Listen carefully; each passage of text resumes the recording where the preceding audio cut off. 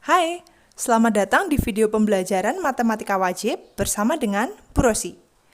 Di video kali ini, kita akan membahas tentang menyelesaikan soal yang berkaitan dengan program linier.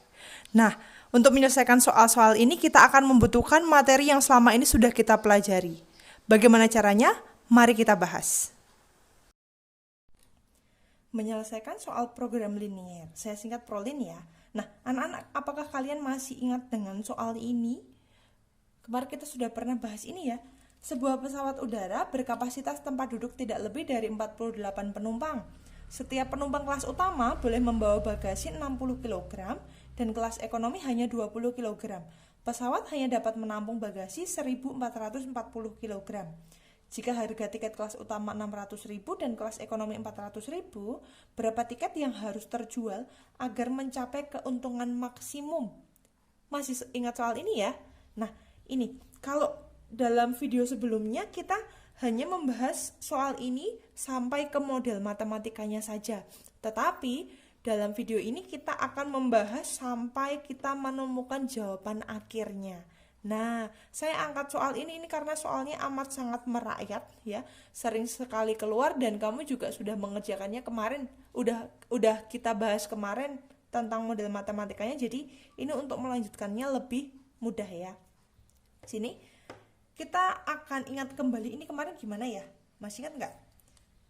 Kalau dilihat dari kalimat yang terakhir, pesawat hanya dapat menampung kelas ini jika harga tiket kelas utama 600.000 dan kelas ekonomi 400.000. Oh, berarti yang menjadi variabel X dan Y adalah kelas utama dan kelas ekonomi. Itu akan menjadi variabel X dan Y. Kok bisa gitu, Bu?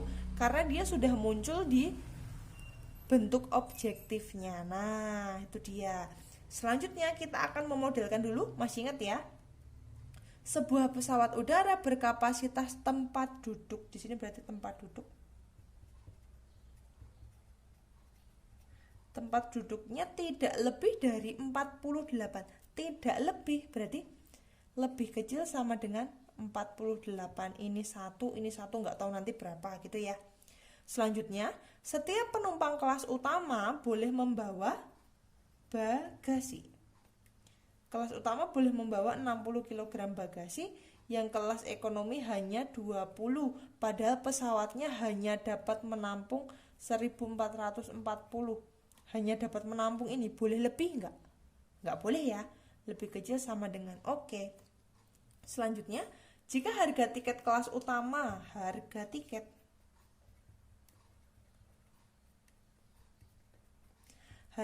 kelas utama 600.000, harga tiket kelas ekonomi 400.000. Berapa harga tiket yang harus terjual agar mencapai keuntungan maksimum? Oke, nah sudah terlihat sekali mana model matematikanya, mana bentuk objektifnya. Nah, di sini ya. Model matematikanya berarti itu X tambah Y lebih kecil sama dengan 48, kemudian 60X tambah 20Y lebih kecil sama dengan 1440. Nah, dari model matematikanya ini kita bisa sederhanakan menjadi berapa nih? Disederhanakan ya. Ini tetap aja yang ini dibagi 20 ya. Yang bawah bagi 20 berarti jadinya X tambah Y lebih kecil sama dengan 48. Yang bawah jadi 3X ditambah Y lebih kecil sama dengan 72 ya, 72. Oke, ingat syaratnya X-nya positif dan Y-nya juga positif. Nah, ini adalah model matematika dari soal tersebut. Selanjutnya, bentuk objektif. Oh ya, bentuk objektif ini juga sering disebut sebagai fungsi sasaran. Fungsi sasaran itu sama aja ya, Bu. Yang ditanyakan fungsi sasaran, aku nggak bisa, kan kita taunya bentuk objektif. Sama aja ya, bentuk objektif itu ya fungsi sasaran itu tadi gitu ya. Nah, fungsi sasarannya adalah fx, y 600.000 x tambah 400.000 y agar memperoleh laba maksimum. Nah, kemarin kita hanya bahas sampai sini saja ya, karena kemarin materi kita hanya memodelkan untuk model matematikanya saja. tidak sampai jawaban akhir. Nah, sekarang kita akan bahas hingga jawaban yang akhir. Jawaban akhirnya gimana? Dari langkah 3 ini kan sampai bentuk objektif. Nah, setelah dibentuk objektif, kita akan melanjutkan ke sketsa gambar. Nah, sketsa gambarnya diperolehnya dari sini. Tadi kan pertidaksamaannya ada 1, 2, 3, 4. Ada 4 kan? Tapi yang akan kita cari 1 sama 2. Kenapa kok 1 sama 2? Karena 1 dan 2 ini untuk menentukan garisnya. 3 dan 4 ini sudah cukup jelas karena dia sama-sama positif, berarti daerah penyelesaiannya atau gambarnya berada di kuadran 1 pada bidang koordinat. Nah, kita akan cari koordinat titik potong. Tadi kan X tambah Y lebih kecil sama dengan 48 ya. Untuk yang 1, saya tulis dulu. 1 X tambah Y lebih kecil sama dengan 48. Terus tadi yang kedua tadi apa? Tadi yang kedua tadi lupa kan.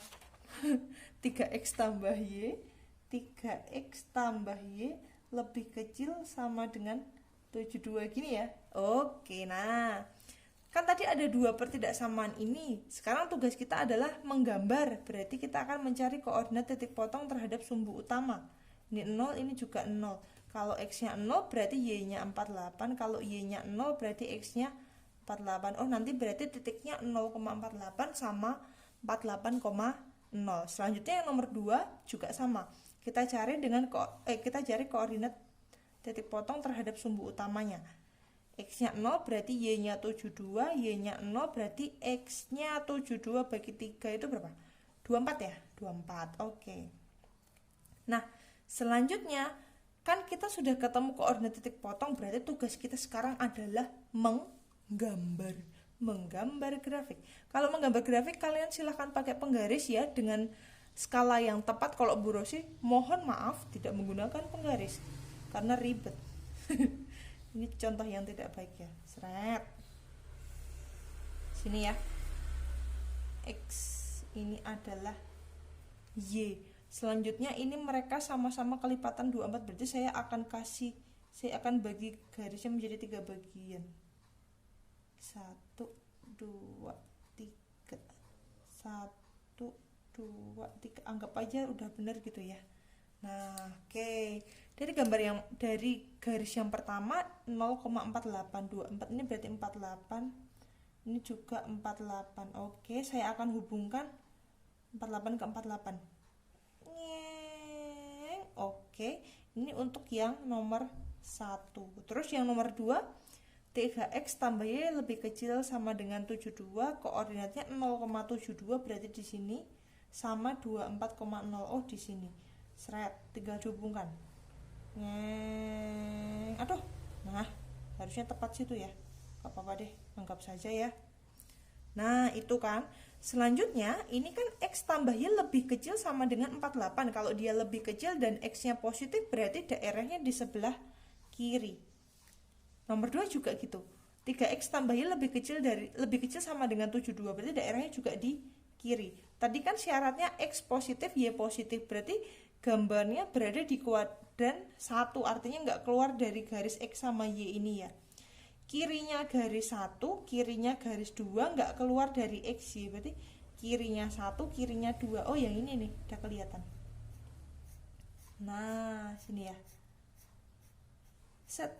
Oke, nah selanjutnya daerah penyelesaiannya kan udah terlihat nih dari yang diarsir merah.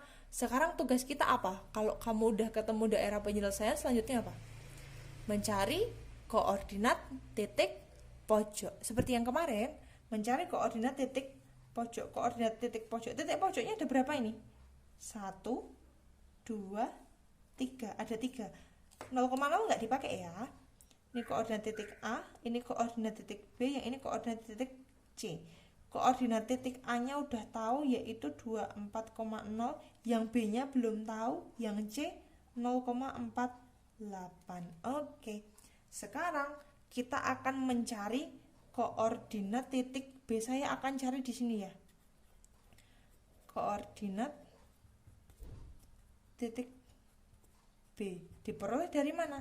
Titik B ini merupakan perpotongan antara garis 2 dan garis 1. Berarti dari persamaan 1 dan 2 tinggal dieliminasi saja. X tambah Y lebih kecil. Oh, kok lebih kecil? Kan kita mau eliminasi. Berarti tandanya apa? Sama dengan ya. Aduh, error nih. Sama dengan 48. Oke, berikutnya 3X tambah Y sama dengan 72. Oke, ini yang atas kita kalikan 3, yang bawah kalikan 1 aja. Berarti 3X tambah 3Y sama dengan 48 kali 3 itu berapa? 422, 144 ya. 144 ini 3X tambah Y sama dengan 72, terus di seret kurang 2Y sama dengan berapa nih? 72 berarti Y nya 36. 144 kurang 72. 144 kurang 7 benar ya? 2 14 kali 7 72 benar. 72 bagi 2 itu 36. Oke. Kalau Y-nya 36 berarti X-nya berapa? Kita pakai yang ini ya, yang pertama. X tambah Y-nya 36 sama dengan 48. Berarti X-nya 48 kurang 36. 8 kurang 6 itu 2, 4 kurang 3, oke. X-nya 12. Berarti koordinat titik B-nya adalah 12,36. Oke, kita sudah dapat koordinat titik pojoknya. Selanjutnya habis menemukan koordinat titik pojok, kita akan uji. Titik pojok. Uji titik pojok nomor berapa tadi? Nomor 4, berarti uji titik pojok nomor 5. Uji titik pojok. Nah, uji titik pojok berarti kita ngambil dari bentuk objektif. Tadi bentuk objektifnya f x, y sama dengan 600.000 x tambah 400.000 y, ya kan? Cek lagi. 600.000 X tambah 400.000 Y agar maksimum. Oke. Kita tadi kan sudah ketemu 3 buah koordinat ya. Koordinat yang pertama koordinat titik A. Koordinat titik A tadi besarnya berapa? 24,0. Kita substitusi berarti 600.000 dikali 24 tambah ini kan 0 ya. Orang-orangnya sini ya. 24 kali 6, 6 12 24, 6 kali 2 12 13 14. 144 12 123. Oke. 14.400.000 untuk koordinat titik A. Koordinat titik B berapa nih? 12,36.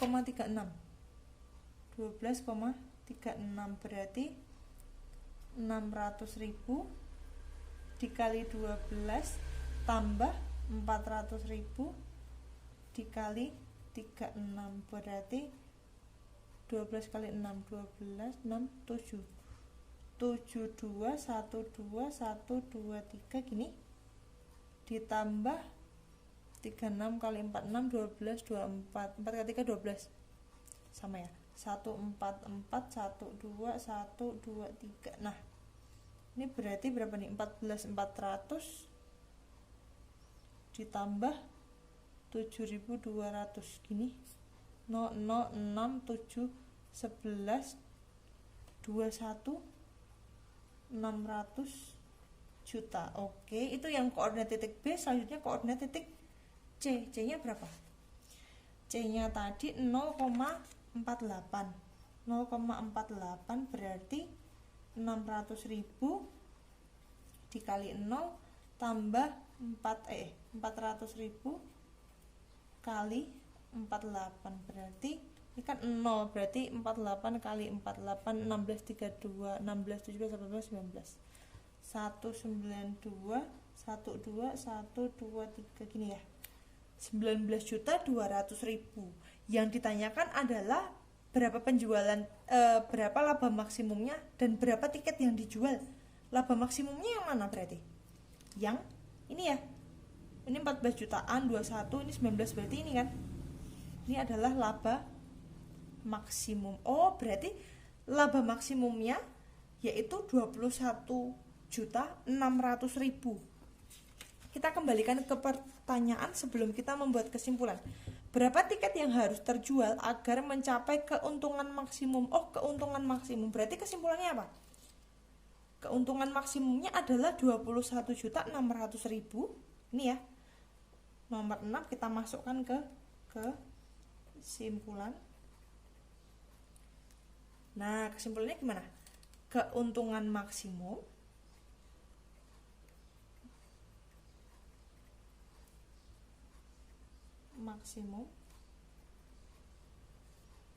adalah 21.600.000.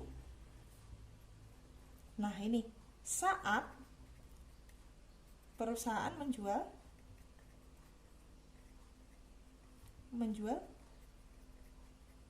nah, dia kan maksimumnya di 21.600.000.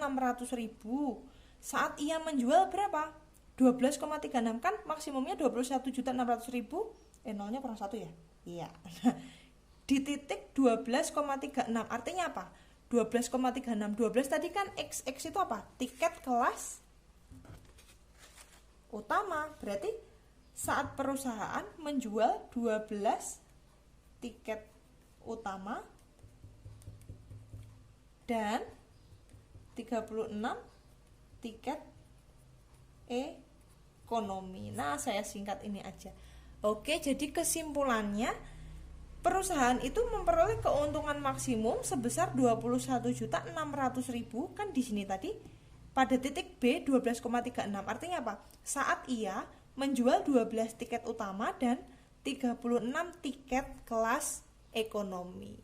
Baik anak-anak, itu dia untuk menyelesaikan soal yang berkaitan dengan program linier. Silakan dipelajari dan ditanyakan jika ada hal yang masih belum diketahui.